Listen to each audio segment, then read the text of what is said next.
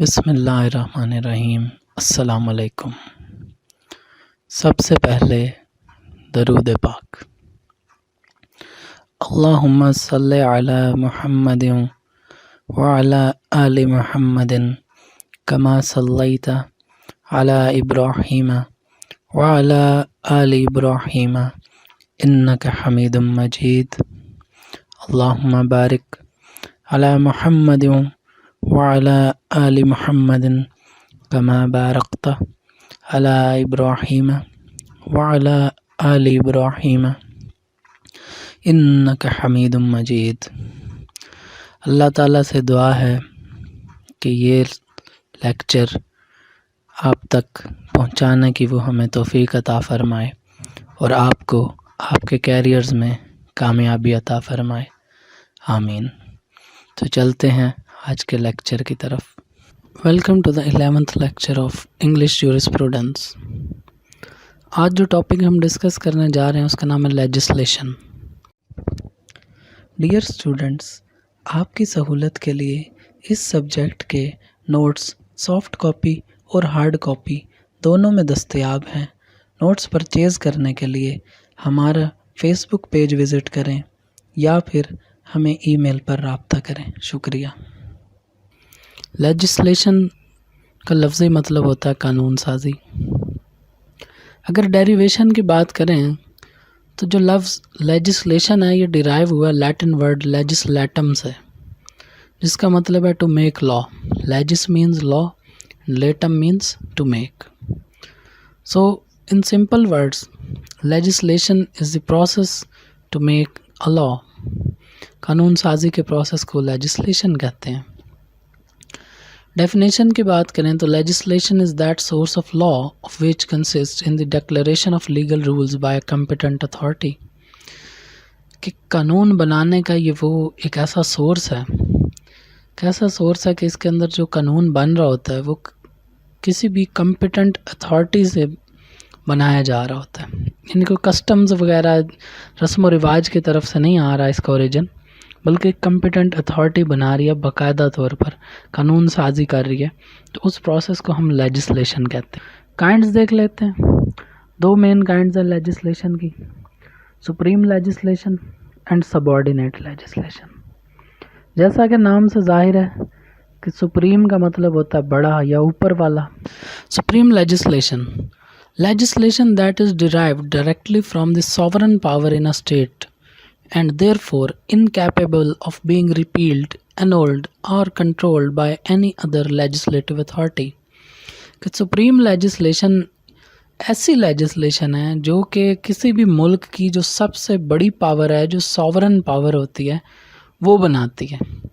تو یہ وہ والی لیجسلیشن ہے جو کہ جس کو کوئی بھی دوسری اتھارٹی ریپیل نہیں کر سکتی، اینول بھی نہیں کر سکتی، یا اس لیجسلیشن کو کوئی دوسری لیجسلیٹو اتھارٹی کنٹرول بھی نہیں کر سکتی۔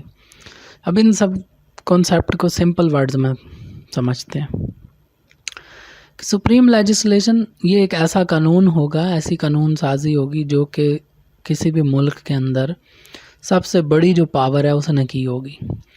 جیسا کہ پاکستان کی اگر بات کریں تو پاکستان میں جو لیجسلیشن کی سپریم پاور ہے وہ پارلیمنٹ کے پاس ہے۔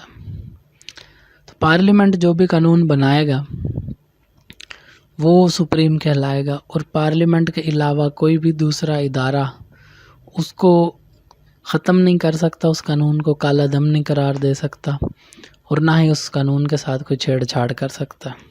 عام طور پر یاد رہے کہ یہ وہ قانون ہوگا جو آئین کے مطابق بنایا گیا ہوگا، کیونکہ پارلیمنٹ کے اندر کوئی بھی ایسا قانون آگے پاس ہی نہیں ہو سکتا، اور نہ ہوتا ہے عام طور پر، کہ جو آئینی لمٹس سے باہر نکلتا ہو، جو آپ کے کانسٹیٹیوشن سے باہر ہو۔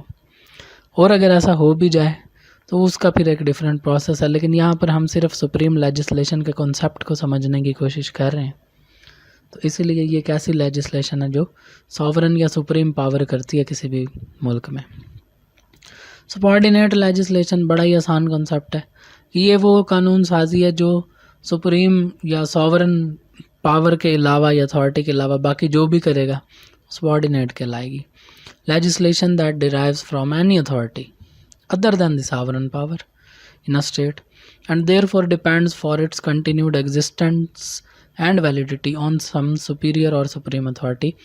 کہ ایک ایسا قانون ہے یا ایسی قانون سازی ہے جو سوورن پاور کے علاوہ جو بھی کرے گا کسی بھی ملک میں وہ سبارڈینیٹ لیجسلیشن ہوگی، اور اس کو اپنی ایگزسٹنس کے لیے اور ویلیڈیٹی کے لیے کسی اوپر والے کی جو ہے نا وہ اجازت کی ضرورت ہوگی. سمپل ورڈز میں یوں ہی سمجھ لیں کہ اوپر سے جب تک ویلیڈیشن نہیں آئے گی یہ لا کبھی بھی ویلڈ قرار نہیں دیا جائے گا. Kinds of subordinate legislation: colonial legislation ہے، جوڈیشل لیجسلیشن ہے، میونسپل لیجسلیشن ہے، اٹانومس لیجسلیشن ہے. کالونیل لیجسلیشن وہ لیجسلیشن جو کسی بھی ملک کی کالونی کرتی ہے. مطلب کالونی سے مراد پرائیویٹ رہائشی کالونیوں کی بات نہیں ہو رہی، بلکہ جس طرح برطانیہ کی کالونی تھی یہ انڈو پاک، ٹھیک ہے. تو اب جو بھی بر صغیر میں قانون سازی ہوتی تھی وہ کالونیل لیجسلیشن کہلاتی تھی، کیونکہ بر صغیر جو ہے وہ برطانیہ کی کالونی تھی. اس کے بعد جوڈیشل لیجسلیشن کی بات کریں، نام سے ہی ظاہر ہے، اس کو جج میڈ لا بھی کہہ سکتے ہیں آپ، ٹھیک ہے، کہ جو آپ کے جو جوڈیشل سسٹم کی طرف سے جو لیجسلیشن ہوتی ہے، قانون سازی ہوتی ہے، اس کو ہم جوڈیشل لیجسلیشن کہہ دیتے ہیں. میونسپل لیجسلیشن جو میونسپیلٹی کی سطح پر جو ہے وہ کی جاتی ہے لیجسلیشن، وہ میونسپل لیجسلیشن کہلاتی ہے. مطلب یہ کہ کوئی بھی ایک شہر کی میونسپیلٹی ہے، وہ اپنے شہر کے معاملات کو چلانے کے لیے، ان معاملات کو دیکھنے کے لیے جو ہے وہ کوئی اگر قانون سازی کر لیتی ہے تو اس کو میونسپل لیجسلیشن کہیں گے. یاد رہے یہ ساری جو کائنڈس ہیں یہ سبارڈینیٹ لیجسلیشن کی ہیں، یعنی کہ یہ قانون سازی کرنے کے لیے کہیں نہ کہیں سے اوپر والے سے اتھارٹی کسی بھی سپریم سے لینی پڑے گی. اٹانومس لیجسلیشن جو ہے وہ کسی بھی ملک میں موجود اٹانومس جو باڈیز ہیں، جیسے کوئی یونیورسٹی ہے، کوئی پرائیویٹ انسٹیٹیوٹ ہے، تو ان کے اپنے قوانین ہوتے ہیں. یہ کوئی پرائیویٹ کمپنی ہے تو وہ جو اپنے قوانین بنانے کے لیے جو قانون سازی کریں گے اس کو اٹانومس لیجسلیشن کہیں گے. اب ظاہر ہے ان قوانین کی ویلیڈیشن بھی ان کو ریکوائرڈ ہوگی سپریم پاور کی طرف سے یا سپریم اتھارٹی کی طرف سے. میرٹس کی بات کر لیں، لیجسلیشن کے کچھ فوائد ہیں. ہر چیز کے دنیا میں کچھ فائدے بھی ہوتے ہیں، کچھ نقصان بھی ہوتے ہیں. تو عام طور پر جس چیز کا فائدہ زیادہ ہوتا ہے ہم اس کو چوز کر لیتے ہیں، جس کا نقصان زیادہ ہوتا ہے اس کو چھوڑ دیتے ہیں. تو میرٹس آف لیجسلیشن کی بات کریں تو پہلا اس کا جو میرٹ ہے وہ یہ ہے کہ برنگ ایفیشنسی ان سسٹم کے لیجسلیشن جو ہے وہ سسٹم جو ملک کا چل رہا ہوتا ہے اس کے اندر ایفیشنسی لے کر آتی ہے، کہ پہلے سے سیٹلڈ قوانین موجود ہیں، ٹائم ویسٹ نہیں ہوگا، ریسورس ویسٹیج نہیں ہوگی. کوئی بھی اس طرح کا معاملہ جب سامنے آئے گا تو فوراً اس کے اوپر پہلے سے لیجسلیشن موجود ہوگی، تو اس کو جو ہے بائی دی بک سالو کیا جا سکتا ہے اس پرابلم کو اور ایشو کو. تو اس سے یہ فائدہ ہوتا ہے کہ ایفیشنسی آتی ہے سسٹم میں.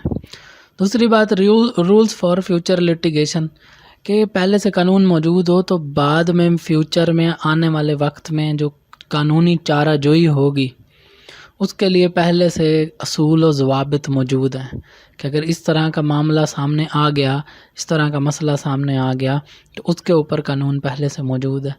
تو یہ اسی وقت ہوگا نا جب پہلے سے لیجسلیشن ہوئی پڑی ہوگی، قانون سازی ہوئی پڑی ہوگی. نیکسٹ پوائنٹ ہے ریڈیوسز ایمبیگوٹی ان لا، کہ لیجسلیشن کا ایک فائدہ یہ بھی بہت بڑا ہے کہ قانون کے اندر ابہام جو ہے وہ ختم ہو جاتا ہے. یعنی کہ قانون سازی ہوئی پڑی ہے پہلے سے ایک مدعے کے اوپر، اب ہر چیز کلیئر ہے، اوپن ہے سب کے سامنے، اس کے اندر کوئی ڈھکی چھپی بات نہیں ہے، کوئی اس کے اندر ابہام نہیں ہے کہ جی اب کیا کریں، نہیں، ایک ایک بات پہلے سے لا میں موجود ہوتی ہے.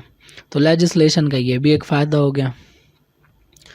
تو اس کی اگزامپل اگر دیکھ لیں تو ریڈیوسز ایمبیگوٹی ان لا کی، کہ جی اگر قتل ہو جاتا ہے تو قتل کس طرح ہوا ہے، جان بوجھ کر کیا گیا ہے تو اس کے لیے الگ رول موجود ہے، اچانک ہو گیا تو اس کے لیے الگ موجود ہے، کسی اور کو اکسایا ہے اس کی صورت میں قتل ہوا ہے تو الگ موجود ہے، غلطی سے ہو گیا، خطا سے ہو گیا تو الگ قانون موجود ہے. تو ہر قسم کی سچویشن کے لیے پہلے سے قانون موجود ہے، تو اس سے کیا ہوا کہ ایمبیگوٹی ختم ہو گئی، ہر چیز کلیئر ہو گئی، اوپن ہو گئی۔ نیکسٹ پوائنٹ آ جاتا ہے میرٹس آف لیجسلیشن میں، وہ ہے جنرلی پراسپیکٹیو۔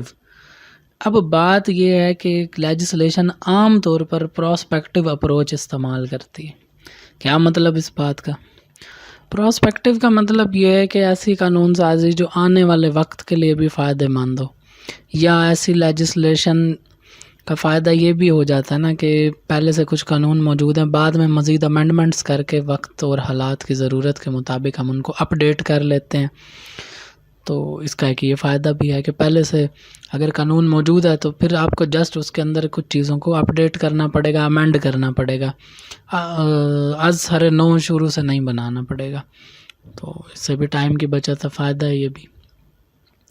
پھر formal and express declaration of new rules, legislation کا ایک فائدہ یہ ہے کہ باقاعدہ طور پر اور بتا کر ڈکلیئر کیا جاتا ہے نیو رولز کو، کہ اگر کوئی بھی نیا قانون کسی بھی چیز کے بارے میں آیا ہے تو وہ ریٹن فارم میں موجود ہے، اوپن فارم میں موجود ہے، کوئی بھی اس کو ایکسیس کر کے پڑھ سکتا ہے، سمجھ سکتا ہے کہ کیا معاملات ہیں اب اس بارے میں۔ جو اتھارٹی ہے اس کی کیا رائے ہے، کیا پروسیس ہے، کیا پروسیجر ہوگا، کیا سزائیں ہوں گی، کیا کیا سچویشنز ہوں گی، تو کیا کیا پروسیجرز ہوں گے، سزائیں کیا ہوں گی۔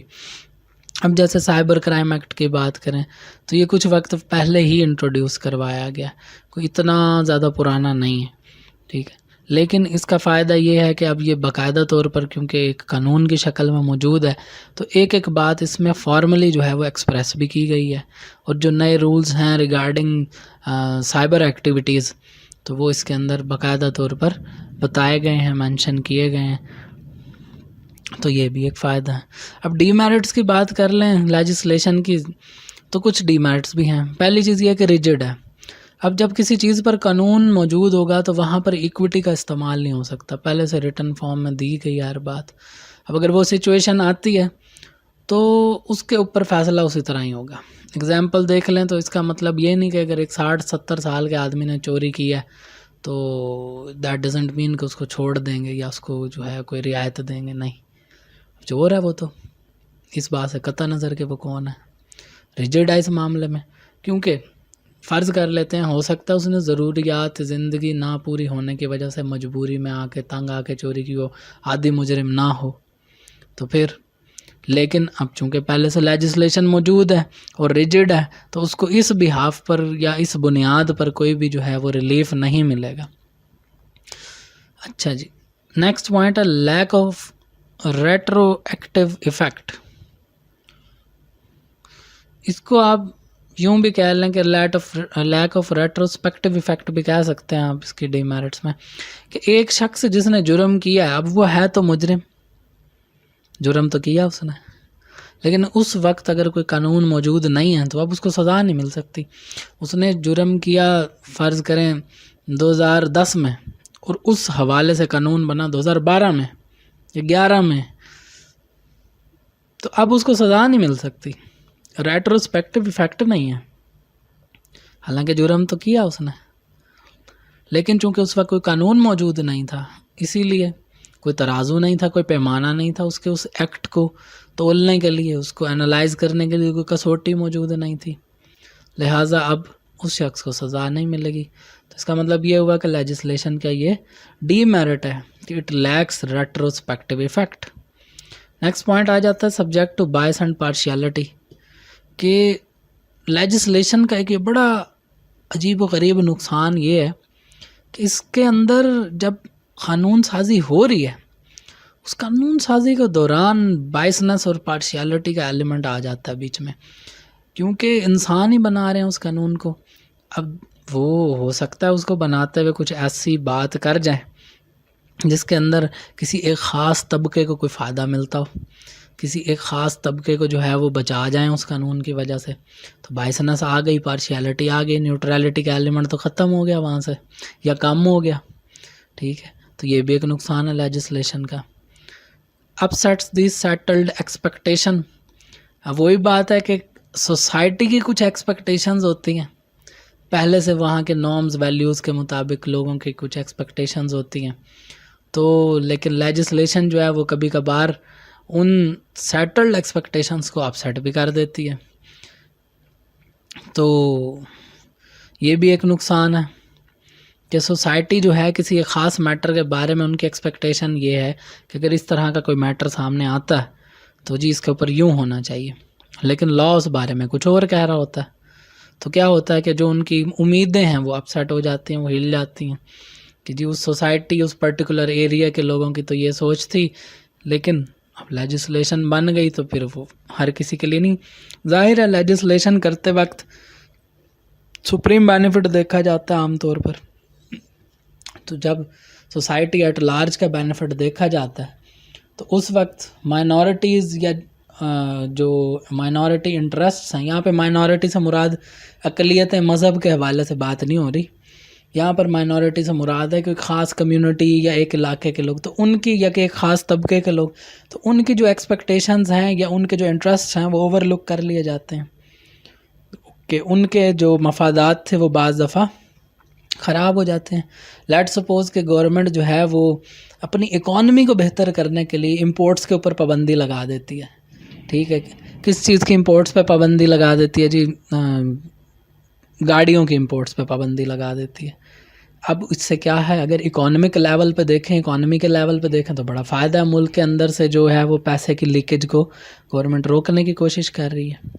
لیکن نقصان کیا ہے کہ وہ جتنے بھی لوگ اس پیشے سے منسلک ہیں ان کا کاروبار خراب ہو رہا ہے، ان کے لیے ایک جو ہے مسئلہ کھڑا ہو گیا. بہرحال اس طرح کے مسائل بھی آ جاتے ہیں، لیکن یہ ہے کہ عام طور پر لیجسلیشن میں جو ہے وہ لیجسلیشن کے وقت جو ہے وہ سوسائٹی ایٹ لارج کا بینیفٹ دیکھا جاتا ہے.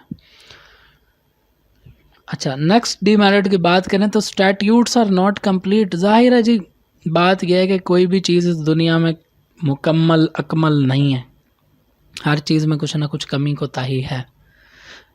Nothing is perfect in this world, سوائے اللہ تعالیٰ کی ذات کے کوئی بھی پرفیکٹ نہیں ہے.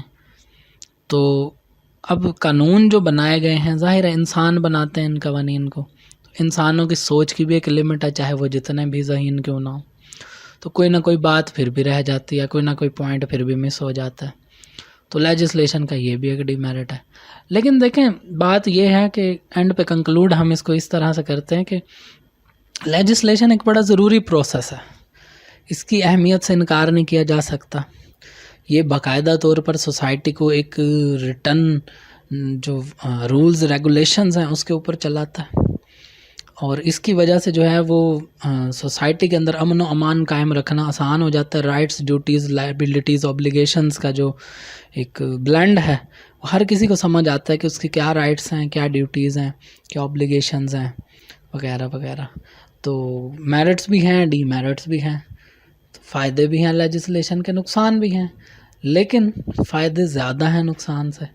اسی لیے لیجسلیشن کا پروسیجر جو ہے کہ اچھی چیز ہے اور اس کا فائدہ ہے. تو امید کرتے ہیں اس لیکچر میں آپ کو ہم اس ٹاپک کے بارے میں بتانے میں کامیاب رہے ہوں گے.